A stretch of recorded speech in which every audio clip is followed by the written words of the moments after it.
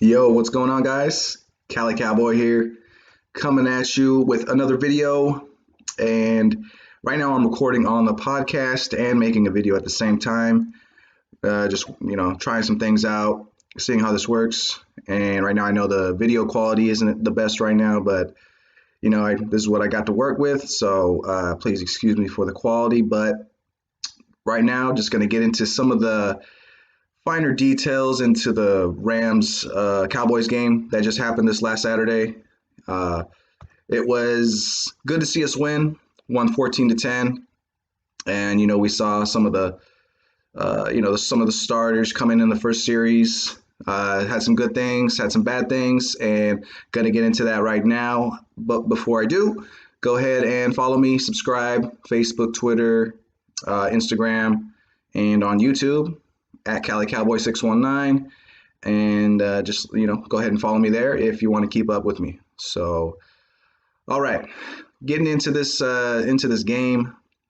First of all, we had the defense take the first series of the game. We had Xavier Woods batting down passes. We had Leighton Van Der Esch getting the tackle. Jalen Smith, he got blocked and got a little mixed up with LV on a running back route.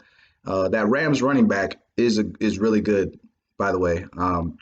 I forget his name, but he went to the same school as Tony Pollard and Memphis. But he looks really really fiery, really uh, a chippy running back. He gets those tough yards really quick. It looks like he knows the playbook pretty well. Can catch it and can make some yards after the catch. So fantasy wise, I think he'll be a really good steal in fantasy drafts. A little late. Very good handcuff behind Gurley. Speaking that he knowing that how Gurley's knee is and how the Rams want to rest him and whatnot during the season. So that could be a steal. But anyways, yeah, Jalen got blocked on a play, that allowed that Rams running back to come down on the sideline. Malik Collins swatting down some passes, stopped the run on the first series with one hand. He got upfield real quick, and then he running back tried to go by him, and then just grabbed him with one arm and just held him there, just stopped him there, and then the rest of the team came and helped him make that tackle. Malik Collins can be huge for us if he can stay healthy. He's such a big disruptor in that defensive line. That three technique. He's definitely a catalyst for this defense to improve this year into a top 5 defense, and it all starts in the trenches. So Malik Collins, baby, let's see him keep that up. And then you had a kind of a random player, I don't talk about a lot, Kerry Hyder, showing some good awareness, some quickness on a nice tackle. It was a screen, so as soon as he saw screen, he just went down to the sideline towards the running back and made a nice tackle on him. So Kerry Hyder, number 51, watch out for him. He could be a sneaky good pickup for us, and hopefully he produces for us.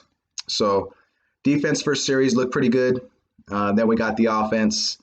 Olawale getting involved early. It was a 3rd and 1, and Kellen Moore gave it to him. It was a fullback dive, and Olawale converted.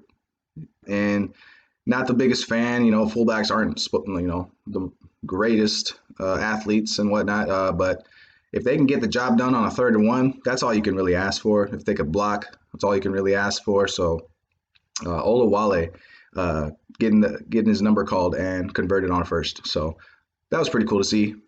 And now getting into Pollard, Tony P, everyone's favorite player. My favorite player right now. I think he's the MVP, camp MVP. And but his first one of his first messes up. Actually, the only thing he messed up on Saturday was his missed block that contributed to that getting sacked. It was a blitz on the left side. Two linebackers blitzed, I believe, and Leal overhelped the guard, and that allowed the blitzer to come through. And also there was another guy who came free. Tony Pollard came off of a play action and missed his block. His his block was or his the play action left him a little wide, and the rusher was coming inside on him, so that was a little he couldn't do too much about it, but still, he has to have a little more awareness, and I think he can probably improve that with just having game reps and whatnot. So he is a rookie, so let's let him learn.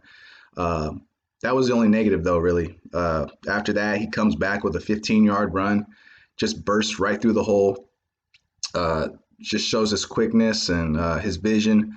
Really impressive on that run and on this whole drive. Then we got after that Gallup with a one-on-one grab. Looked really nice. Dak just shows good anticipation. Threw it up there. Shows some trust, some chemistry with Gallup, and Gallup came down with it as he should. With the Rams were playing their second string pretty much, so of course we want Gallup to go up and grab that, and he did. And kind of a Dez-ish play. It wasn't the most difficult catch, but I think Gallup can be a baby Dez. And I said this on Twitter one time. I tweeted on a play where Gallup, where he kind of looked like Dez. He necessarily wasn't. He didn't make the catch, but he tried to come up with a one-handed catch, like really contested catch, and didn't come down with it. But just his body language and his motion kind of remind me of Dez. So I think Gallup can be that. Next, we got Pollard. Tough to take down despite his size. He's being used a lot. We want to see how he moves, how he runs in this offense. So he's tough to take down. He could run through the tackles. So people saying that he's just a scat back. He's a receiving type back. He's a wide receiver. He proved us wrong with this drive. Ran tough through the tackles, and had that TD with nice vision, balance, and burst. That's the main thing about him. He hits that hole hard. He goes once he sees it, he goes boom. He just hits it really hard. So I'm not concerned about his toughness to run through the tackles, but you don't want him to keep doing that every play. That's for Zeke or a good bruising back. So he's a very nice compliment, and I think we're going to be using him a lot this season. So stay tuned. Tony P, he's gonna be nice. And with the starters, just one more thing. Witten, he had a nice grab out there. Showed some quickness. Shows that he still has something left. So Witten still has something left. That's pretty good, along with his veteran leadership and that he comes with. He's a pro's pro. He does everything that you want a veteran to do. Young players are going to be looking up to him. So on top of that, it's still nice to see that he does have some quickness left.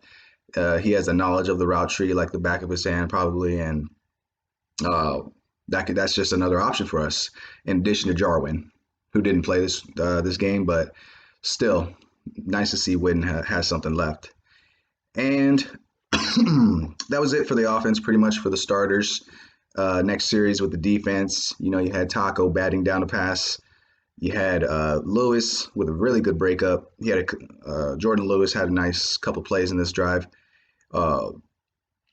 And Reggie Davis, man, he was just had a bad game yesterday.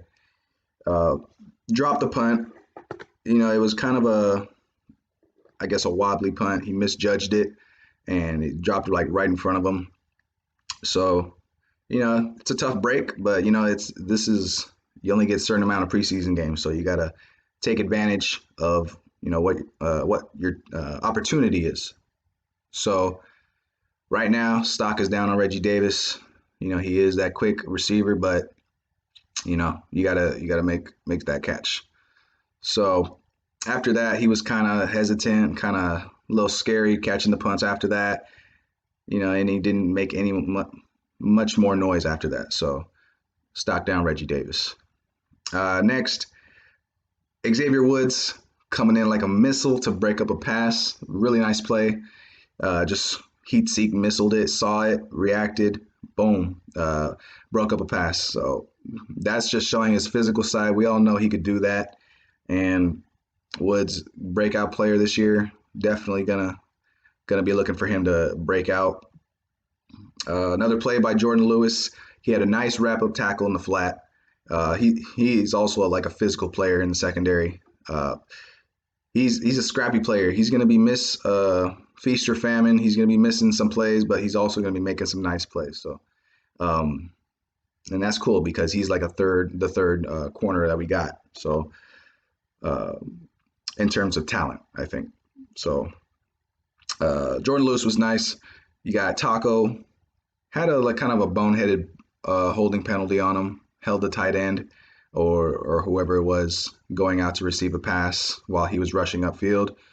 Didn't want to see that, but he did have a bat down, I believe, in this game. So, and then after that, the Rams scored off of a quick snap TD on LVE, and Leighton Vander Esch, he wasn't ready. The Rams just broke the huddle, got to the line really quick, snapped it, and we weren't ready for it. So, team like the Rams, the up-tempo teams, you want to be ready for that, and that's just a learning experience.